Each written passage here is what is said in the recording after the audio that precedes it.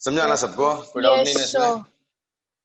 Okay, अब चलते हैं दूसरा लॉ। इसमें थोड़ा अब जैसे जैसे लॉ चेंज करेंगे अपन तो कुछ इंपॉर्टेंट इंटरेस्टिंग क्वेश्चंस भी आने लगे। तो ये है पहला interesting law, law of constant composition या law of definite proportion. Law of definite proportion या लॉ ऑफ कांस्टेंट कॉम्पोजिशन। ठीक है, let's see this law. So law of definite proportion or law of constant composition. What does this law says? This law deals with composition of a compound or the proportion of the elements present in compound, any compound. So this law deals with proportion of masses of in various elements present in a compound. Various elements present in a compound. बड़ा आसान सा law है ये भी, present in any compound. तो ये चीज को एक्सप्लेन करता हुआ कौन? लॉ ऑफ डेफिनेट प्रोपोर्शन या लॉ ऑफ कांस्टेंट कॉम्पोजिशन। तो लॉ ऑफ कांस्टेंट कॉम्पोजिशन और law of definite proportion.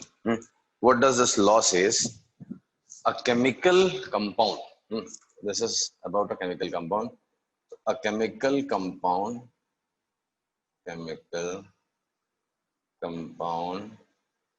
is found to be made of fixed elements combined in a definite ratio,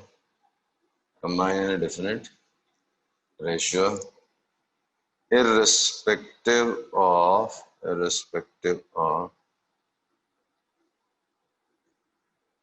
mode by which it is formed,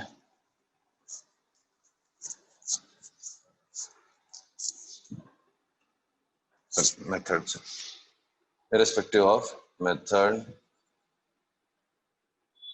by which it is formed or source from where it is collected.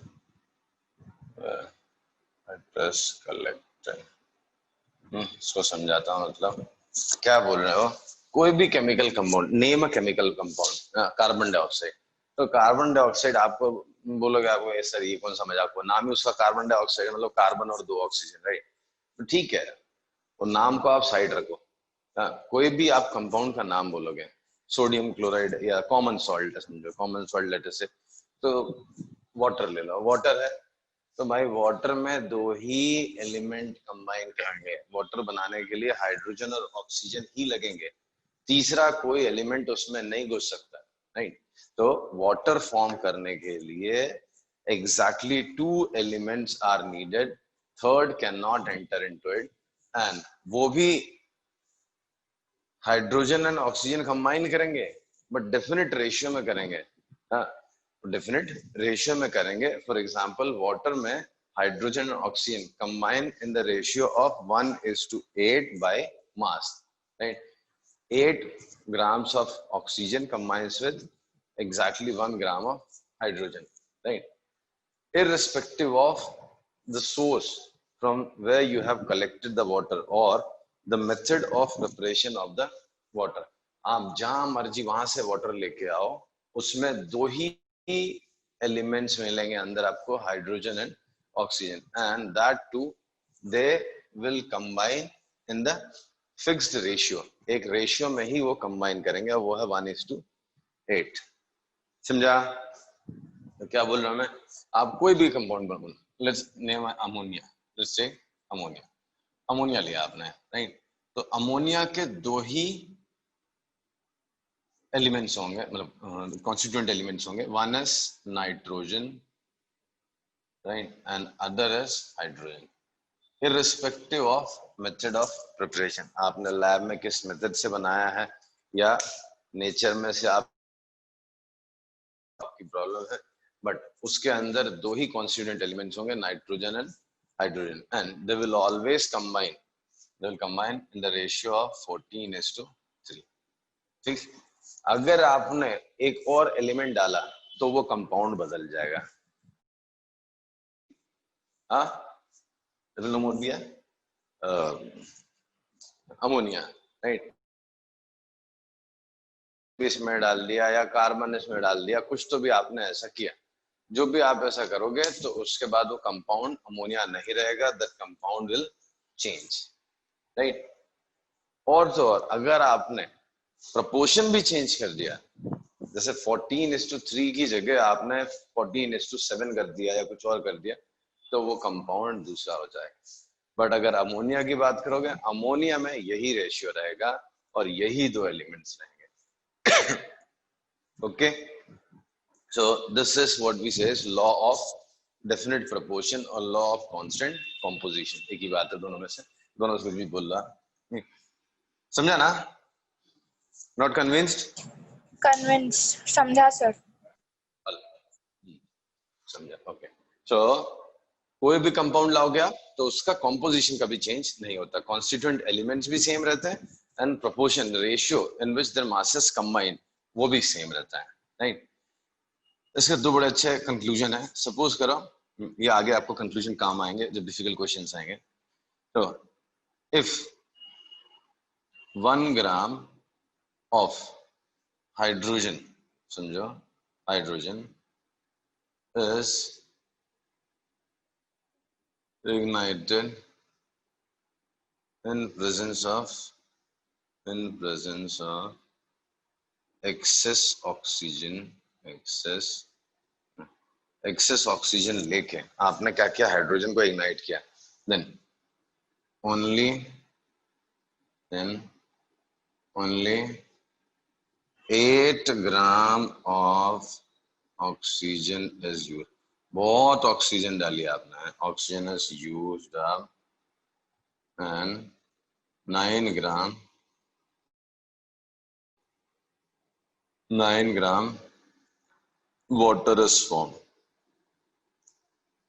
आप मर्जी जितनी access oxygen डाल लो, 1 gram hydrogen लिया and is ignited in presence of 1000 gram of oxygen, कितनी भी access oxygen ले लो आप, बहुत सारी ऑक्सीजन डाली आपने, तो भी वो 1 ग्राम हाइड्रोजन वो 8 ग्राम ऑक्सीजन ही यूज करेगा, बिकॉज वाटर में जो कॉम्पोजिशन है आपका, तो हाइड्रोजन और ऑक्सीजन ही है, और जो रेशियो बाय मास होता है वो 1:8 होता है। तो अगर आपने 1 ग्राम हाइड्रोजन लिया and ignited in presence of excess oxygen, then only 8 gram of oxygen is used up and 9 gram water is formed, right? On the other hand, suppose I took two of them in equal mass, ना एक vessel में hydrogen and oxygen डाला, वो भी 8 ग्राम डाला, चलो, या 16 ग्राम डाला। If 16 gram of hydrogen is mixed with 16 gram of oxygen है, ये दोनों का मैंने मिक्स कर दिया, then only 2 gram of hydrogen is used up, and 18 gram water is formed, बाकी की हाइड्रोजन वहीं पड़ी रह जाएगी, राइट। तो क्या स्टेटमेंट है, if 16 gram hydrogen is mixed with 16 gram oxygen, right?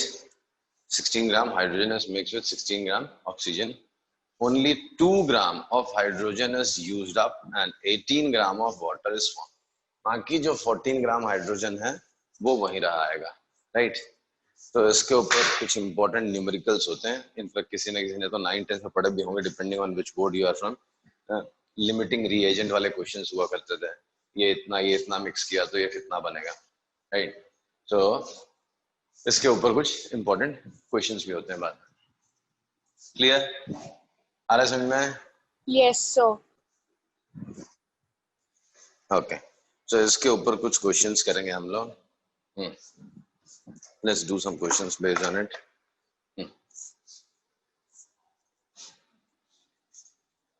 ब्रिकल्स करते हैं.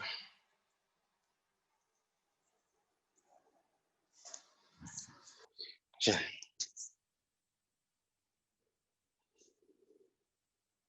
2.16 gram of copper is treated with nitric acid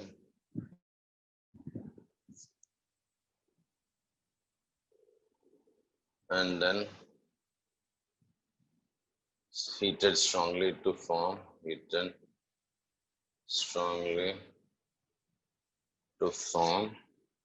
almost 2.70 gram of copper oxide. Another experiment, 1.15 gram. In another experiment,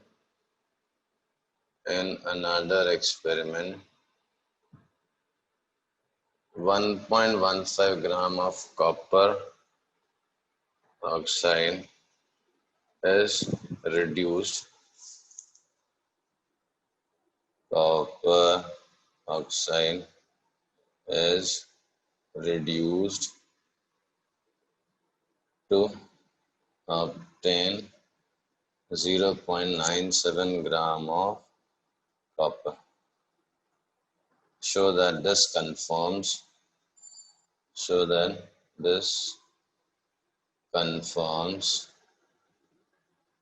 law of definite proportion. बड़ा आसान सा question है, कर दो जरा.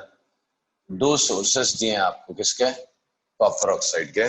दोनों में कॉपर और ऑक्सीजन का क्वांटिटी बताया. फर्स्ट में बताया नहीं, आपको खुद सोचना है. फर्स्ट में मैंने 2.16 ग्राम कॉपर लिया, कुछ प्रोसेस किया, 2.70 gram of copper oxide is form.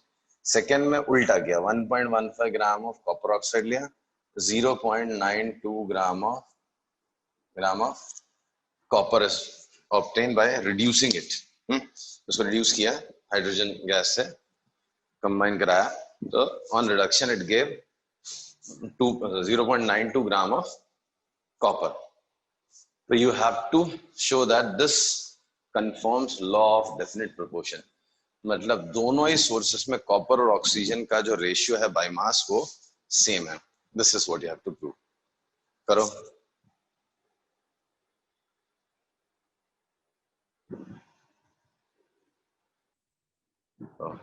Sir copper oxide reduce करने के बाद कितना कॉपर ऑब्टेन्ड हुआ है वो जरा बताइए ना. 0.92 ग्राम. 0.92. Ratio is 4:1. 4:1 रेशियो है दोनों में. कैसे? फर्स्ट वाले में कॉपर कितना है, ऑक्सीजन कितना है, वो देखते हैं हम लोग. फर्स्ट में how much is copper and one is. तो आपने 2.16 ग्राम ऑफ कॉपर लिया था, कुछ प्रोसेस किया, राइट, एंड उसके बाद मिला 2.7 ग्राम कॉपर ऑक्साइड. तो कितना ऑक्सीजन होगा उसमें? 0.4 ग्राम ऑक्सीजन. सेकेंड सैंपल में 1.15 ग्राम लिया था आपने, 0.92 ग्राम कॉपर निकला. टोटल ऑक्साइड जो था वो 1.15 था, तो डिफरेंस कितना होगा? 823. तो 0.23 ग्राम, राइट. अब रेशियो बाय मास निकाल लो. तो 2.16 is to 0.54. This is 4:1. 23 4s are 92. So this is again 4:1. So in both the samples of copper oxide, we obtained copper and oxygen in the ratio of 4:1 by mass. Clear na? So this confirms law of definite proportion. Okay ना. एक और question लिखता हूं इस पे. In an experiment, quantity ध्यान से लिखनी पड़ेगी. 3.50 gram of copper is treated with nitric acid and then heated to obtain 4.4 grams, 4.40 gram of oxide. In another experiment, 4.25 gram of copper, 4.25 gram of copper is heated in current of air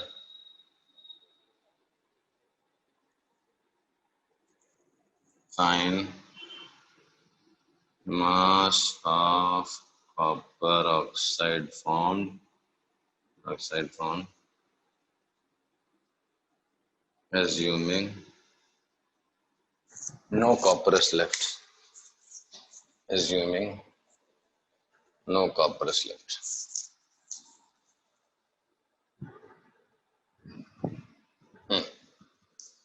So you have to two samples of copper oxide are given. One and first of them 3.5 gram of copper was and then heated to obtain this much grams of oxide. This much gram of oxide. In another experiment, 4.25 gram of copper is heated in current of air. Find mass of copper oxide formed, assuming that entire copper is used. Do it. It'll be easy.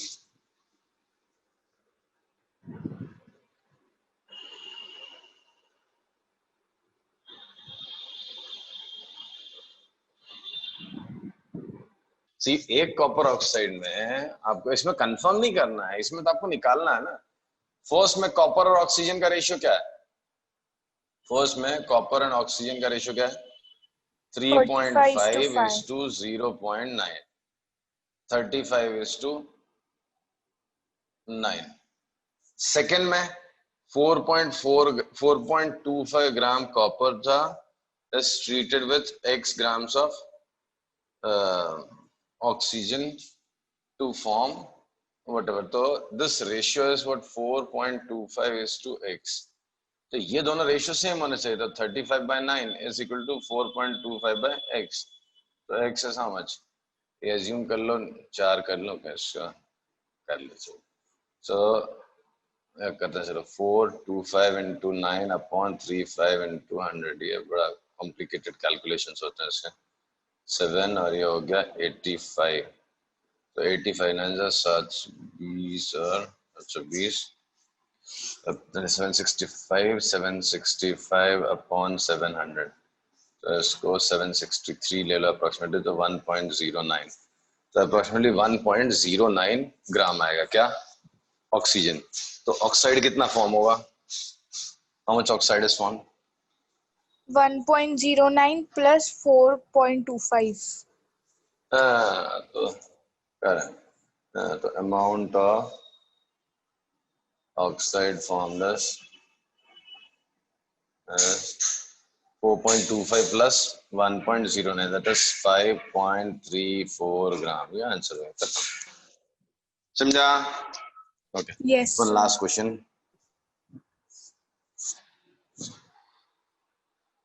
It is known that nitrogen and hydrogen combine in the ratio of 14:3 to form ammonia. If 30 gram of nitrogen is mixed with 30 gram of hydrogen,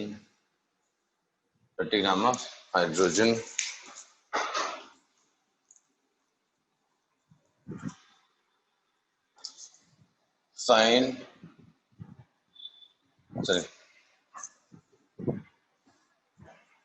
amount of ammonia formed,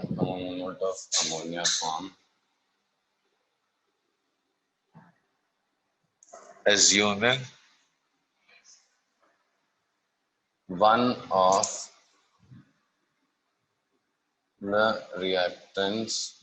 of the reactants out of nitrogen is completely used up.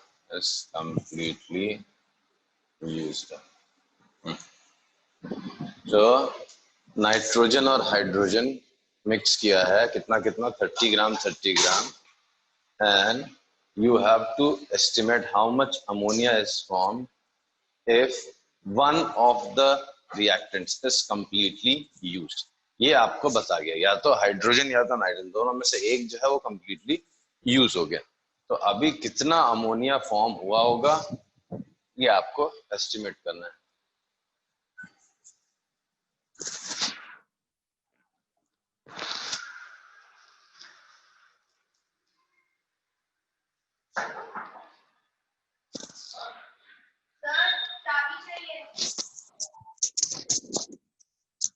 आएगा ना question? 36.4 36.4 लग तो सही रहा है।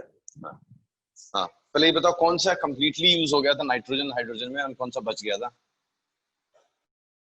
Nitrogen completely use हुआ है because उसका रेशियो नाइट्रोजन कंप्लीटली यूज हुआ है बिकॉज उसका रेशियो ज्यादा है। नाइट्रोजन कंप्लीटली यूज हुआ सी,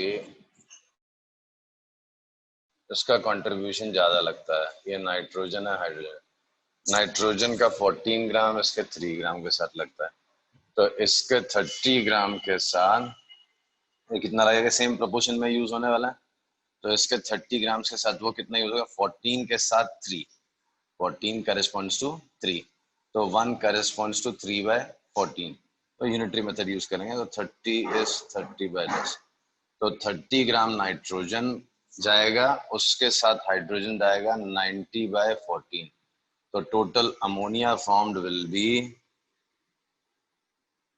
30 ग्राम नाइट्रोजन गया प्लस ये, तो ये हो गया 45/7, 7 6 42.43, तो 36.43 ग्राम अमोनिया समझा? Yes sir. तो ये हो गया आपका लॉ ऑफ डेफिनेट प्रोपोर्शन। हाँ, now there are few exceptions in this also. जैसे पहला एक्सेप्शन क्या है? few exceptions are there in law of definite proportion also. पहला आइसोटोप वाला फंडा। हाँ, सी आइसोटोप अगर अलग यूज होंगे तो अलग अलग आइसोटोप्स का मास तो अलग अलग हो जाता है। हाँ, तो उस केस में रेशियो चेंज हो जाएगा। सपोज एक बड़ा सिंपल सा एग्जांपल बोलूं, अगर मीथेन बनाया आपने, मीथेन गैस है, ठीक है, यूजिंग मीथेन है एंड कंटेन्स कार्बन 12 एटम, तो उसमें कार्बन और हाइड्रोजन का रेशियो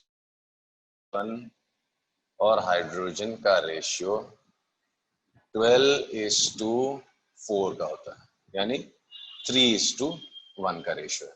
कार्बन और हाइड्रोजन का जो रेशियो है by mass is 3:1, where in methane में, ठीक है। कौन सा आइसोटोप यूज किया आपने? कार्बन 12 यूज किया। अच्छा, कार्बन का दूसरा आइसोटोप भी अपने को पता है, नेचर में मिलता है, carbon 14, and this is true also. Methane में आपको जो नेचर से मिलेगा उसमें कार्बन 14 भी बड़ा हो सकता है, नहीं? तो इसमें जो रेशियो है वो 7:2 का है, तो रेशियो चेंज हो गया। So if same compound is form using different isotopes of same element, then होगा क्या? Ratio by mass of the two elements in two compounds will be different, तो रेशियो आपको बदला हुआ मिलेगा। मैं आपको एक सैंपल निकाला आपने जहां पे मीथेन में कार्बन और हाइड्रोजन का रेशियो 3:1 आ रहा था, दूसरे सैंपल में 7:2 आ रहा है। आप बोले अरे ये तो लॉ ऑफ डेफिनेट प्रोपोर्शन के अगेंस्ट हो गया। तो ऐसा इसलिए हुआ क्योंकि डिफरेंट आइसोटोप्स हैं, तो whatever, this is considered as one of the exceptions. Right, अलग अलग आइसोटोप से अगर सेम कंपाउंड बनाओगे तो उसमें ratio by mass will be different, ठीक है। ये पहला हो गया। दूसरा, same ratio but different compound, this is not actually exception of this law, but books में लिखा हुआ है तो मैं आपको ऐसे लिख के बता रहा हूँ, बट डिफरेंट कंपाउंड। इसको बोलते हैं converse is not true. Maths की लैंग्वेज में इसको बोलते हैं कॉन्वर्स इज नॉट ट्रू। तो मैथ्स के लैंग्वेज में बोलते हैं इसको कॉन्वर्स इज नॉट ट्रू। मतलब क्या, वहां पे क्या लिखा था, तो वही एलिमेंट्स होंगे और वही रेशियो बाय मास होगा, बस यहाँ उल्टा लिखा हुआ है, रेशियो वही है बट कंपाउंड दूसरा। हाँ ठीक है, तो converse is not true, but books में इसको ही क्या लिखा हुआ, एक्सेप्शन लिखा हुआ, किसका, लॉ ऑफ डेफिनेट प्रोपोर्शन का। But actually this is not exception of law of definite proportion. इसका मतलब है कॉन्वर्स इज नॉट ट्रू। अगर आपने 10 तक थ्योरम्स मैथ्स में पढ़ी हो तो हम लोग थ्योरम और इट्स कॉन्वर्स बोलते थे, राइट। तो किसी में थ्योरम सही होता था, कॉन्वर्स नहीं होता था, किसी में कॉन्वर्स सही मतलब, और किसी में दोनों सही होता था। तो ये एक्चुअली कॉन्वर्स है, क्योंकि वहां पर क्या लिखा हुआ, एक कंपाउंड एक रेशियो। यहाँ पे लिखा एक रेशियो बट अलग अलग कंपाउंड। हाँ तो ठीक है, converse is not true. For example ethyl alcohol ले लो आप, इथाइल अल्कोहल ले लो, एंड ऐसे बहुत सारे हैं, एक एग्जांपल दे रहा हूँ जो बुक में लिया रहता है, और एक डाइमिथाइल ईथर ले लो। These are two compounds in which carbon, hydrogen and oxygen का जो रेशियो है दोनों में सेम है। इथाइल अल्कोहल में C2 बोल गया मुझे, क्या था, 24:6:16 है, मतलब 2 से डिवाइड कर लो तो कितना 12:3:8 है। तो रेशियो जो कार्बन, हाइड्रोजन और ऑक्सीजन का 12:3:8 है, और डाइमिथाइल ईथर में भी वही है 12:3:8, बट वो कंपाउंड अलग है। Same ratio same element but compound अलग हो गया। तो इसको बोलते हैं हम लोग one of the exceptions of law of definite proportion, though it is not exception।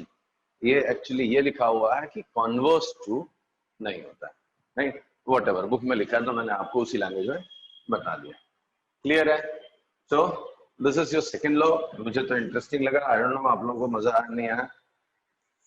इस टॉपिक के साथ यही होता है कि आपको सब पहले से ही पता है, राइट। तो इसके लगता है इसमें कौन सी बड़ी चीज बता रहे हैं, बट मैं वापस याद दिला दूं, long time back these all things were not obvious and were not known। तभी ये बहुत कॉम्प्लिकेटेड चीजें हुआ करती थी, राइट। तो उस टाइम में ये लॉ उन्होंने बनाए थे, with the help of different experiments they have set up these laws, made these laws। अगर आप करंट वाली चीज भूल के अब बुक्स रीड करोगे ना, तो वहां पे मिथेन नहीं लिखते, CH4 लिखते हैं। मैं चाहता हूँ आप ये ना पढ़ो, आप ये समझो कि ये कोई कंपाउंड है, मुझे आज क्या है मालूम नहीं, उसका फॉर्मूला होता होगा कुछ, तो आपको थोड़ा सा नया सा लगने लगा, कार्बन हाइड्रोजन का रेशियो बदल गया। तो I am not writing CH4, instead I am writing methane. Books में क्या होता है, वो सीधा फॉर्मूला लिख देता है, देख के आपको लगेगा अरे ये तो ऑब्वियस है, बाजू में लिखा ही हुआ है कि ये रेशियो है, तो फिर यहाँ पे सोचना क्या। एनीवे, तो आई विल स्टॉप हियर। आप पढ़ो, रिवाइज करो,